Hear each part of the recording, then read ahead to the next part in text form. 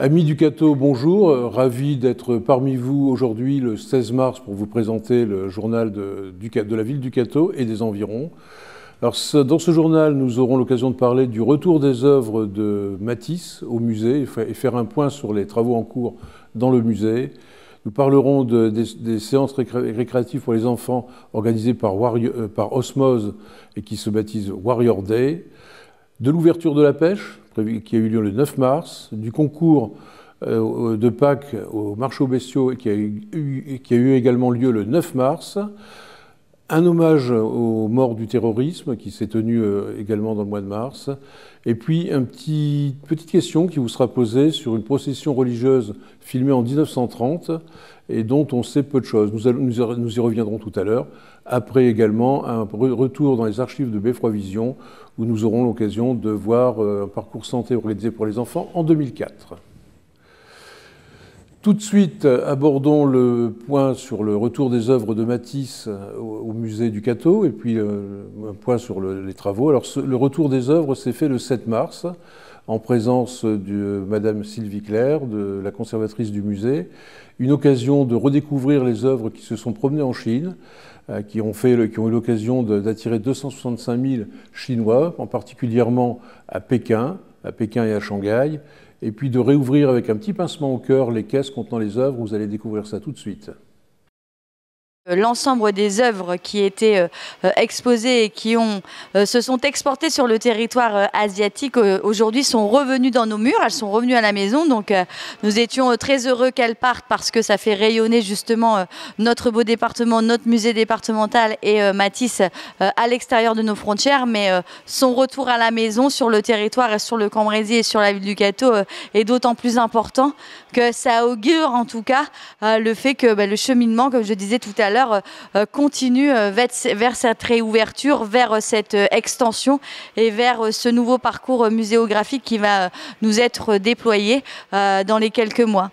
Donc Sophie va peut-être vous faire une petite rétrospective aussi de comment ça s'est passé sur le territoire asiatique puisqu'elle a accompagné les œuvres et puis juste donner rendez-vous en tout cas à l'ensemble des Catésiens, des Catésiennes et puis l'ensemble des personnes du territoire le dernier week-end de septembre, voilà, pour cette réouverture qui sera néanmoins plus que festive. Donc rendez-vous le 28 septembre, si je ne me trompe pas, pour ce grand moment en fait où seront présentées les nouvelles œuvres qui n'ont encore jamais été présentées, mais également la collection permanente et une collection exposition temporaire qui verra le jour aussi et qui accompagnera cette réouverture. Les œuvres, donc 281 œuvres de Matisse et plusieurs tableaux de la collection Thériade, notre Picasso, notre Chagall, donc sont partis en avion, dans 2 avions, répartis dans 58 caisses et nous étions 2 du musée à les accompagner. J'étais avec notre régisseuse des œuvres dont la mission consiste à couver de toutes ces attentions les œuvres du musée. Et donc ça a été une grande aventure qui a commencé pour moi à l'aéroport de Luxembourg, d'où sont partis les 2 avions, pour ensuite atterrir à Pékin où ils attendaient ma collègue. Nous avons procédé ensuite à l'installation dans ce musée d'art contemporain qui est l'UCCA à Pékin. Ça a été une belle aventure parce qu'on a travaillé avec des collègues dont on ignorait tout mais qui se sont avérés extrêmement professionnels et surtout cette exposition a eu un grand succès, en particulier à Pékin, puisque à Pékin seulement on a eu plus de 200 000 visiteurs et énormément de jeunes. Vraiment un engouement très fort, une soif de culture très forte auprès des jeunes chinois. Donc ça a été une première étape très valorisante et surtout ce qui a été très émouvant, c'est que lors de l'installation et lors du vernissage, j'ai eu l'occasion de parler du Cateau Cambrésis et notre exposition était très fortement centrée sur le Cateau Cambrésis puisque nous avions toutes les œuvres de jeunesse et qu'il y avait des textes de salle expliquant que Henri Matisse était né au Cateau, expliquant son lien avec le territoire. Et je peux vous assurer qu'aujourd'hui, il y a en Chine, en tout cas à Pékin, au moins 207 000 personnes qui connaissent l'existence du Cateau Cambrésis, parce que nous l'avons dit, nous l'avons écrit, Et j'étais très étonnée moi-même lors du vernissage de constater à quel point ça pouvait émouvoir le public chinois. Mais en fait, il y a un très grand attachement aux racines et à la famille. Et de savoir que Matisse, à la fin de sa vie, s'était tourné vers sa ville natale et avait fait cette donation énorme, puisqu'il a donné plus de 80 œuvres, et parmi les plus belles et les plus représentatives de son travail. Et donc, ça avait suscité véritablement une émotion de la part de nos interlocuteurs chinois. Alors, de Pékin, nous sommes partis ensuite à Shanghai avec les œuvres.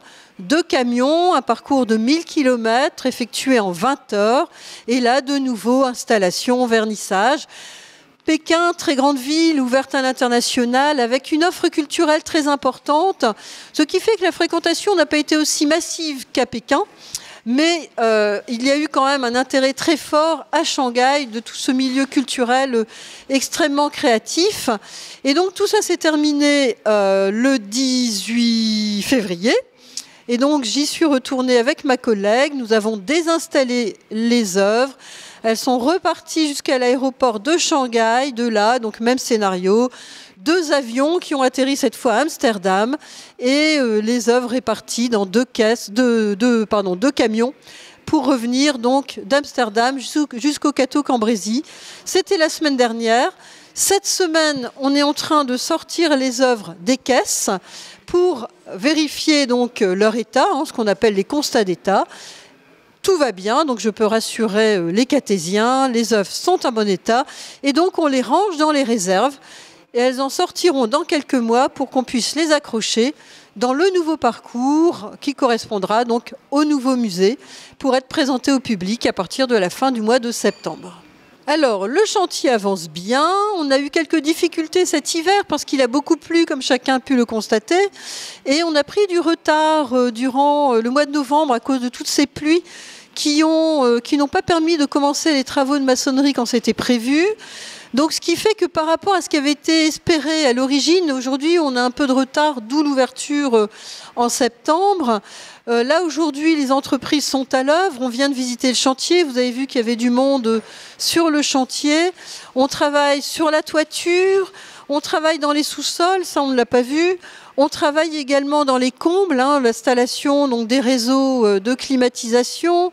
On travaille également au rez-de-chaussée dans ce qui sera le futur accueil. Donc aujourd'hui, le chantier est assez généralisé. Il n'y a pratiquement pas de salle sans intervention des entreprises. Mais qu'est-ce que j'en pense? J'en pense que ça avance plutôt bien.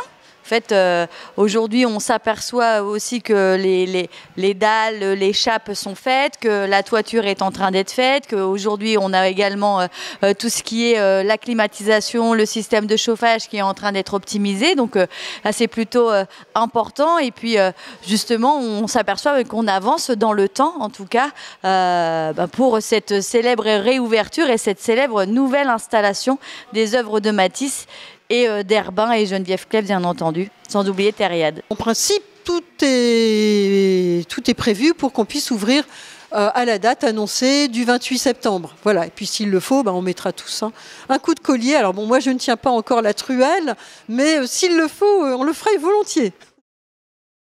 Alors, le complexe multisport Osmose a organisé le 26 février des sessions récréatives destinées aux enfants pour leur permettre de découvrir les joies de l'escalade, les joies des jeux d'équilibre, partager entre eux des mouvements de détente et puis de se lâcher un peu comme le font tous les enfants avec la plus grande énergie.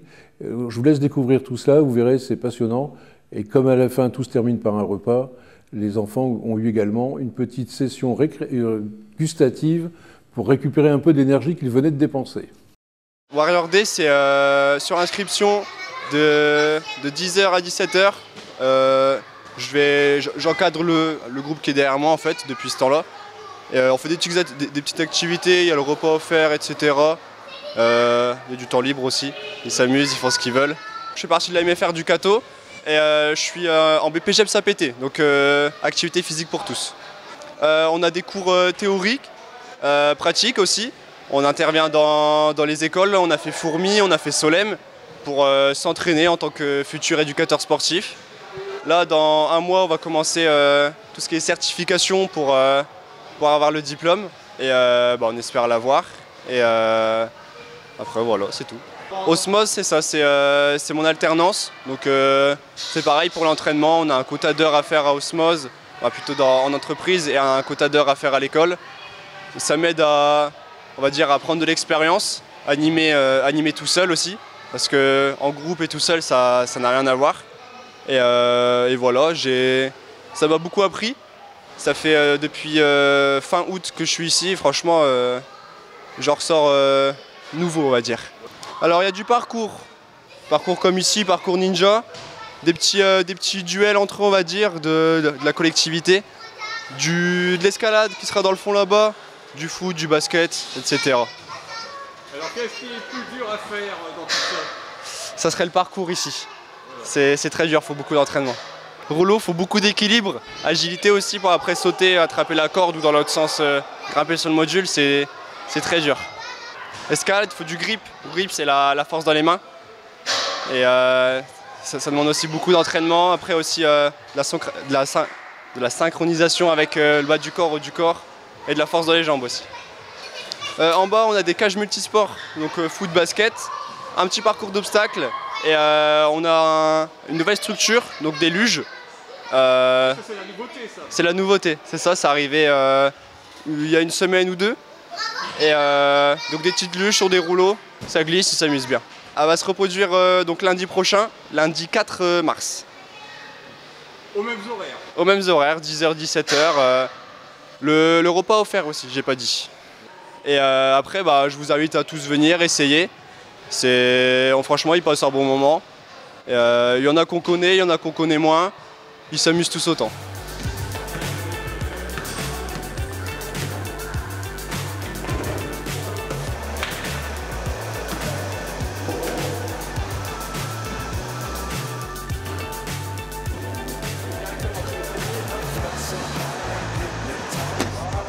Yann. Marius. Ok, vous avez quel âge? 10. 9. Ok. Alors, comment s'est passée cette journée pour l'instant? C'était très bien. Oui. Pas d'autres mots.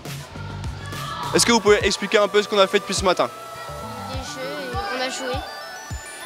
Oui, on a joué. On a fait combien de jeux à peu près? 5, 6. 4, 5. 4 ou 5, ok. Il y a une coupure ce midi. Vous avez fait quoi du coup? On a mangé. Qu'est-ce que vous avez mangé? Des croque-monsieur. Croque-monsieur, ok. Votre activité préférée pour le moment? J'aimais bien le mur. Moi aussi. Pareil. Moi je vous dis perso, c'était le sur longueur. C'est très bien.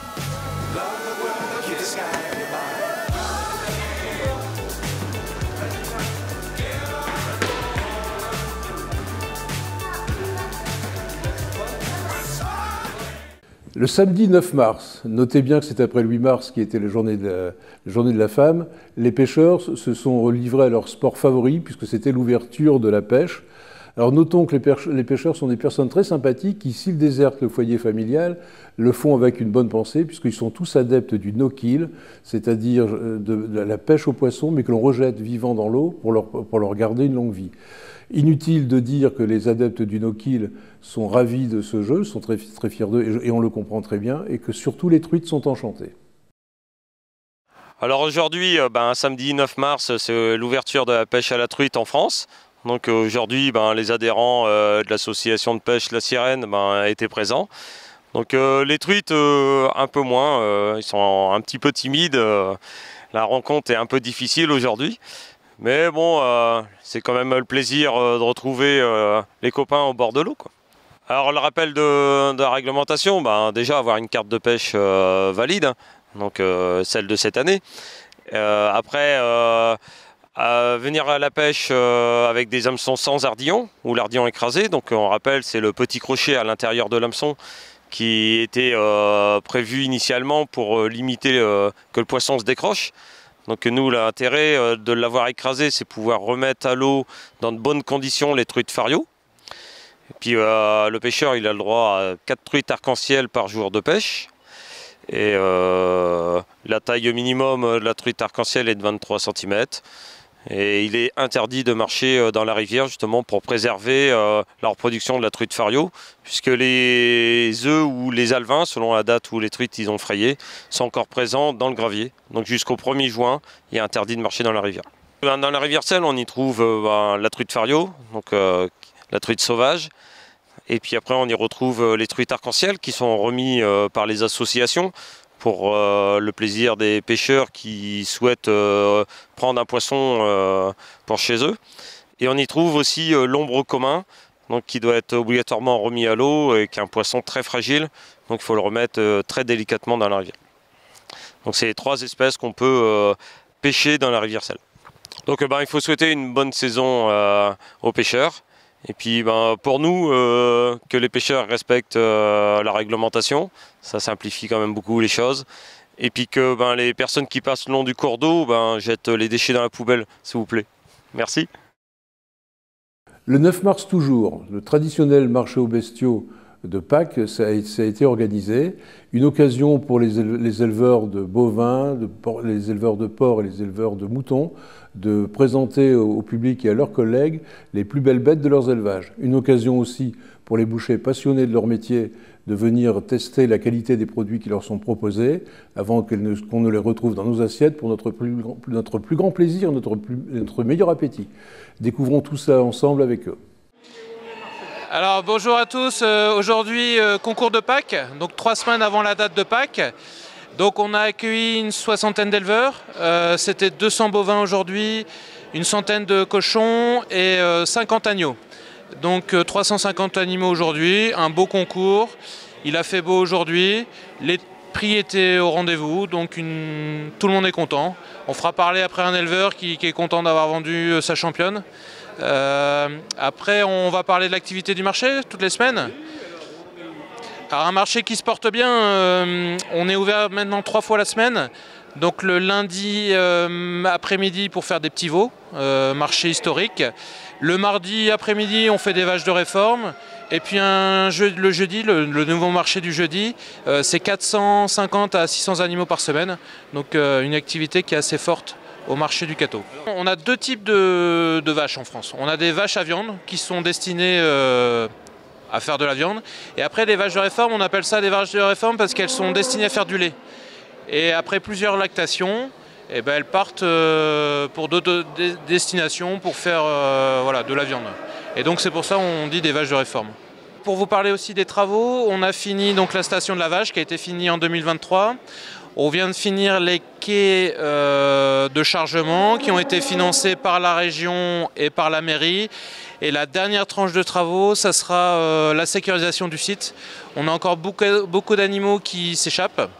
Et donc ça, c'est avec le département et puis la mairie. Donc c'est encore une dernière tranche de travaux. Voilà. Je me présente, je m'appelle Philippe Outrebon. Je suis dans le métier depuis plus d'une 40aine d'années et j'ai le privilège et l'honneur de remplacer M. Jacques Soufflet.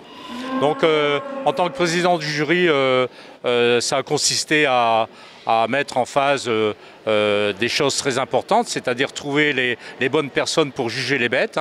Et puis ce qui nous a fait réunir environ une 20aine de personnes pour les bovins. Il y a également des agneaux et des filières porcs, porcs des hauts pays et porcs d'antan.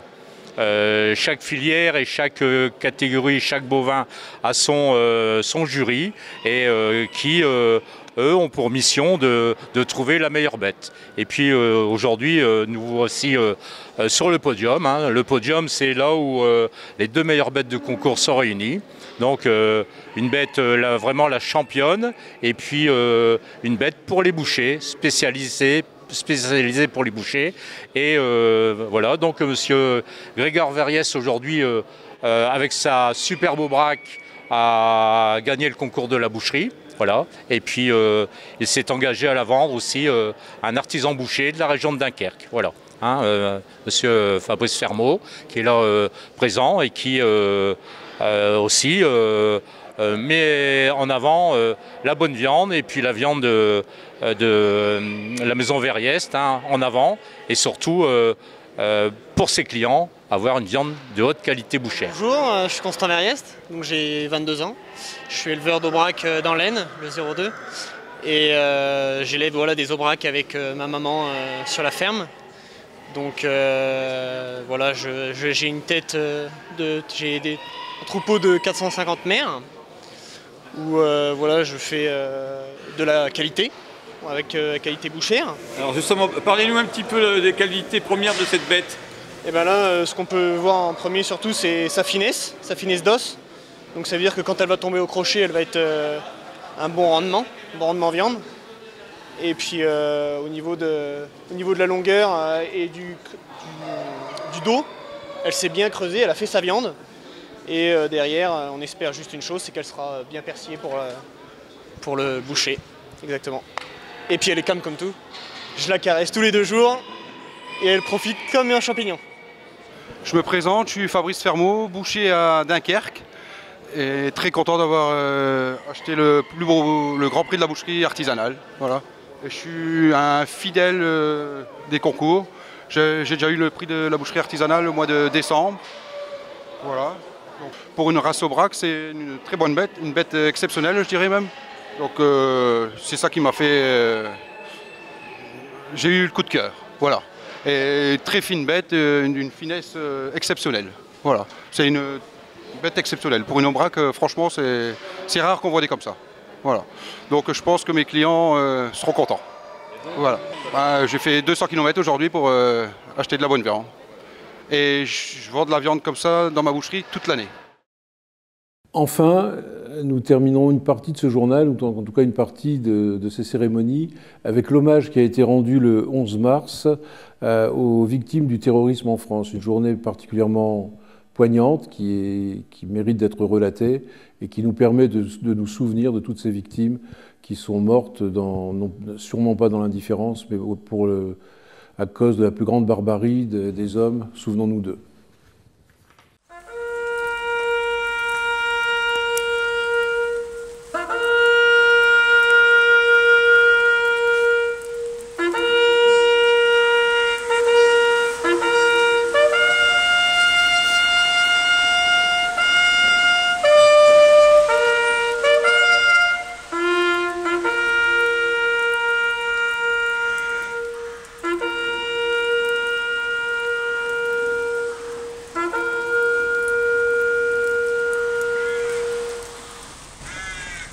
Ce lundi 11 mars, nous sommes rassemblés au Cateau-Cambrésis pour la cérémonie d'hommage aux victimes du terrorisme qui est depuis 2021 inscrite dans les commémorations nationales. Donc la France, bien sûr, elle n'a pas échappé elle a été visée par le terrorisme depuis de longues années et ce serait une gageure de vouloir énumérer tous les attentats qui ont eu lieu sur notre sol depuis le XXe siècle, tant ils ont été nombreux, de décrire les moyens utilisés tant ils ont été différents et de lister les personnes visées tant elles ont été diverses et variées. On a pu noter une recrudescence d'attentats depuis le début de ce XXIe siècle. Plusieurs centaines sont perpétrés chaque année. Les auteurs de ces crimes se revendiquent d'une multitude de mouvements aussi différents les uns que les autres. ETA, FLNC, Action Directe, Front Révolutionnaire, Groupe Néo-Nazi, État Islamique, Islamisme Radical, Mouvement Nationaliste, etc. Aucun lieu de notre territoire n'est épargné. Train, métro, théâtre, salle de concert, enceintes sportives, avenues. Nos militaires et ressortissants français qui sont à l'étranger ne sont pas exempts de subir le terrorisme et des attentats. Quant aux victimes tuées ou blessées, elles sont innombrables et sont à jamais marquées par cette barbarie ignoble. On compte 263 morts français entre 2000 et 2018, victimes d'actes terroristes liés au terrorisme islamiste. Récemment, on peut citer 2016, le père Jacques Hamel, 2018, le lieutenant-colonel Arnaud Beltrame, 2020, le professeur Samuel Paty, 2023, le professeur Dominique Bernard au lycée Gambetta d'Arras, où le Premier ministre, ce matin, était venu faire une commémoration. Et à Caudry, Madame Aurélie Châtelain, qui a été assassinée à Villejuif en 2015 et dont la famille était présente à Caudry lors de la commémoration qui a eu lieu ce matin. Ayons une pensée reconnaissante envers tous ceux qui luttent pour assurer notre sécurité et déjouer les tentatives d'attentats terroristes qui sont fort nombreuses sur notre territoire. Merci de votre attention. Enfants de la patrie, le jour de gloire est arrivé. Contre nous de la tyrannie, l'étendard sanglant élevé, l'étendard sanglant élevé. Entendez-vous dans les campagnes mugir ces féroces soldats? Ils viennent jusque dans nos bras, égorger nos fils et nos compagnes. Aux armes, citoyens, formez vos bataillons, marchons, marchons, qu'un sang impur, parole de nos sillons. Avant le retour dans les archives de Beffroi Vision, la chaîne souhaiterait retrouver des informations sur un film qui va vous être présenté, qui date des années 1930 et qui a été remis à Beffroi Vision par M. Pierre Sédou. Et c'est une procession dont on s'interroge si elle a été tournée dans les rues du Cateau ou non. Donc on fait appel à votre mémoire, appel à votre connaissance des rues pour identifier précisément les lieux du tournage. Je l'ai dit, c'est une procession religieuse. On voudrait savoir de quel est l'endroit précis. Est-ce que c'est au Cateau? Connaît-on la date exacte? Alors, à vos souvenirs et dites-nous tout.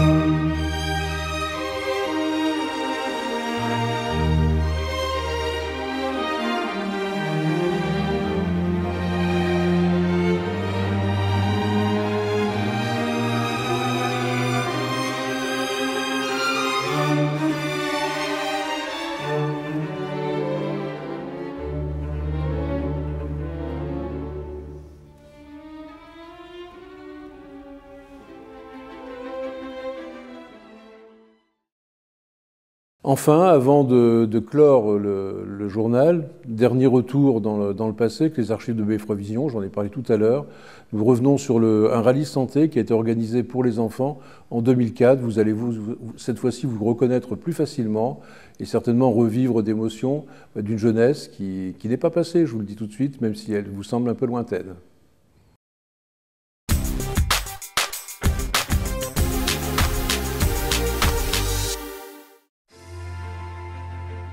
Rallye Santé, des actions de prévention auprès des élèves de primaire.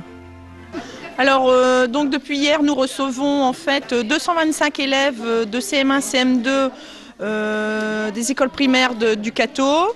Nous avons souhaité les sensibiliser par rapport à la non-consommation de produits, que ce soit alcool, drogue, médicaments, et donc ils passent tabac, et donc ils passent de stand en stand, et dans chaque stand, il y a un petit message qui est passé. Donc ces actions sont menées dans le cadre des programmes régionaux de santé, et l'objectif était donc d'augmenter les connaissances des jeunes par rapport aux méfaits de la consommation de produits, de développer leur capacité de choix des élèves face à la consommation de ces produits, d'essayer de changer leur représentation et de répondre aussi à leurs attentes et à leurs interrogations. Donc là, nous allons passer voir les stands. Ici, vous avez donc le stand au Palais de la Gourmandise, puisque nous avons souhaité recréer une ambiance de quartier, un quartier virtuel. Donc là, c'est Epicéa, c'est l'espace de prévention et d'information sur les conduites addictives. Alors ici, c'est faire comme tout le monde et savoir résister aux pressions en fait. Donc ici, nous avons le marché qui est tenu par la caisse primaire d'assurance maladie. Ici, nous présentons la manipulation des fabricants pour amener les jeunes à consommer le produit. Alors, il y a un parallèle qui est fait entre la publicité et puis la prévention qui est aussi de dire le tabac tue. Aucun goût. Alors pourquoi aucun goût à votre avis?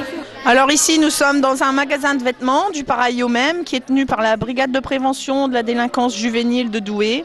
Alors ici, faut-il consommer des produits pour être grand? Et donc il y a un choix qui est fait par rapport à différents objets qui sont sur la table et ensuite on discute de ces objets, du choix que les élèves ont fait. Alors là, nous sommes à la salle des fêtes. Alors les consignes sont, vous allez préparer une fête. Quels sont les objets que vous souhaitez emmener pour faire la fête? Et ici, c'est le service de prévention santé de Cambrai. Alors ici, nous sommes à l'épicerie fine de chez Marie Papille. Et c'est la santé scolaire qui tient ce stand. Et là, on travaille le goût, l'odorat, le plaisir, le déplaisir. Comment garder le goût, l'odorat et donc ne pas commencer à consommer de produits en fait. Donc ici, nous sommes au coin des parents et des enseignants qui sont tenus par la DAS, donc la Direction départementale des affaires sanitaires et sociales, et par Epicea, qui est l'espace de prévention et d'information sur les conduites addictives. Donc ici, le but est d'informer et de sensibiliser les parents et enseignants, de leur offrir, leur présenter de la documentation, des outils pédagogiques, de répondre à leurs questions, à leurs interrogations. Alors donc ici nous sommes à la mercerie, la boîte à solutions, le stand est tenu par le CCA, le centre de cure ambulatoire en alcoolologie. Et donc ici les consignes sont j'ai un souci, j'ai un problème, je peux donc chercher des solutions et on discute des solutions éventuelles qui existent et donc on leur propose une boîte. Alors quelle solution va-t-elle être choisie? Tout ça pour éviter aussi la consommation, la prise de produits en fait. Il existe d'autres solutions que de prendre tel ou tel produit. Alors les enseignants et les élèves ont tous répondu à notre invitation. Ils sont très contents d'avoir participé. Les enfants ont posé énormément de questions, ainsi que les enseignants, les parents. Très participatif. C'est 2 jours qui nous semblent satisfaisantes.